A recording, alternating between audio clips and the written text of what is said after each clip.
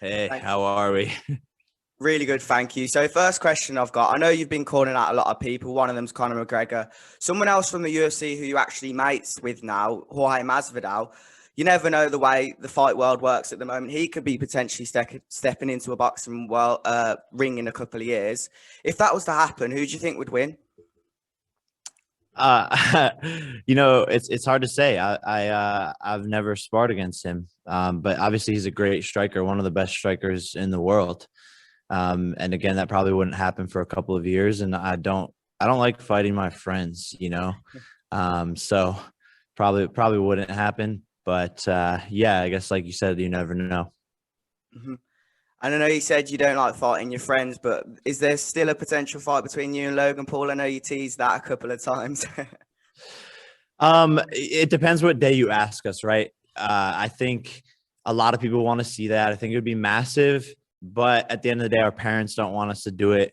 And I don't know if I would even want to do it. Sometimes we're mad at each other and we want to punch each other. And other times, like right now, we're perfectly getting along and supporting each other and everything. So the world may never see Jake Paul versus Logan Paul, but hey, you never know.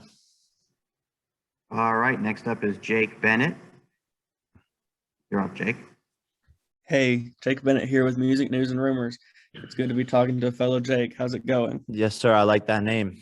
So your fame as an Going internet good. star precedes you going into this weekend. What do you have to say to people who think you might not be ready for such a high-profile fight? Tune in and see if I am or not. Find out for yourself. TrillerFightClub.com. Order that pay-per-view because if you're not watching, you're the one missing out. And look, I've dedicated the past 18 months of my life to this, and we've been in serious training camp, sparring world champions. So you're gonna see if I'm ready or not. I know you're here for the fight, but there's a lot of fanfare going on in Atlanta around the event. Have you seen the musical lineup, and which artists are you most excited to see and maybe even meet this weekend?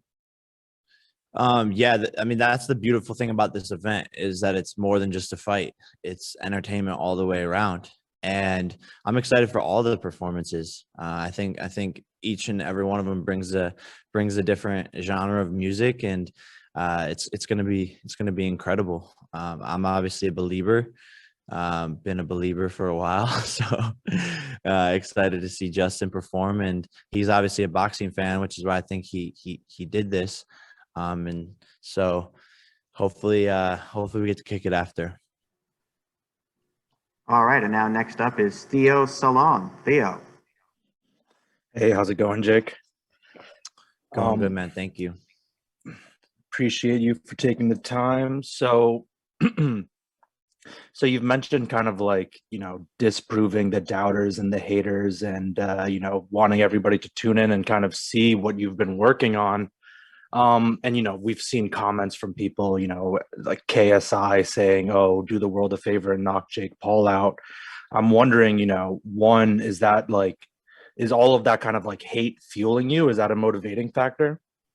Yeah, for sure. I use it all as gasoline in the gas tank to work harder every single day. And I know that going into this fight. And I know that for the past three fights I've had is everyone wants to see Jake Paul lose. And that's why I work so hard every single day and surround myself with the best team and take this so seriously because this fight means everything.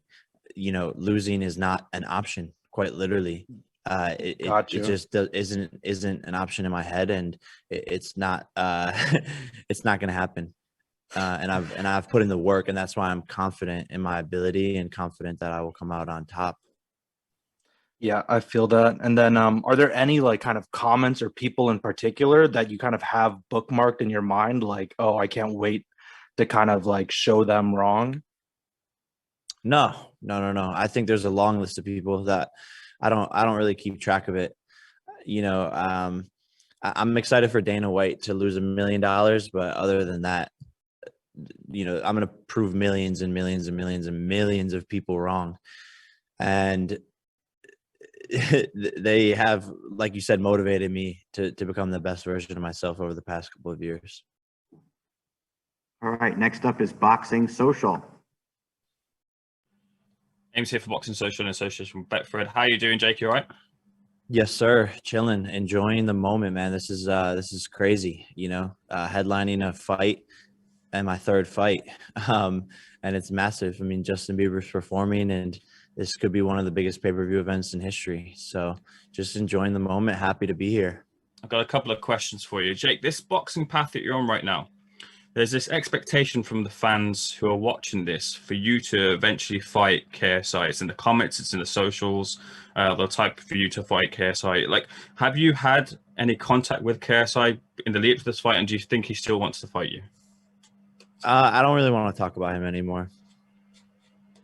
Okay. And with that said, like, as you delve deeper into the fight game, you've been training from the first time you put on the gloves to now. There are levels in the sport. You've got your domestic, international, world-class, elite. What level do you see yourself at now, and what level do you think people see you as? I see myself as an elite fighter right now, a young prospect with a lot of motivation, a lot of hunger. And I think people see me as a shitty amateur. So there's a sort of a big difference, and there's a big gap in between where I'm actually at and what the general audience will think. But I'm excited again to show my ability on Saturday against Ben, who is a world-class fighter. All right, next up is Jeremy Harigis. Jeremy. Hi, Jake. How you doing? Good, man. Good. So you're kind of talking about how people interpret you as a boxer, but the odds actually have you as the favorite right now. Do you think that's a testament that people are seeing and seeing your boxing talent and taking it as legitimate? Yeah. I mean, someone asked me this yesterday. They were like, how is the guy who's 19-2, an Olympic athlete, a two-time NCAA champion, how is he the proposed underdog? So it is pretty funny that in my third pro fight, I'm coming in as the favorite against this guy who they're calling world class, but then the people want to say, oh, I'm not a fighter. I think people need to sort of make up their minds, but I've been putting in the work, and I think people can see that. Looking at this from a strategic standpoint, you have several inches on him in height, reach, and weight. How big of a factor is that going to be going into this fight?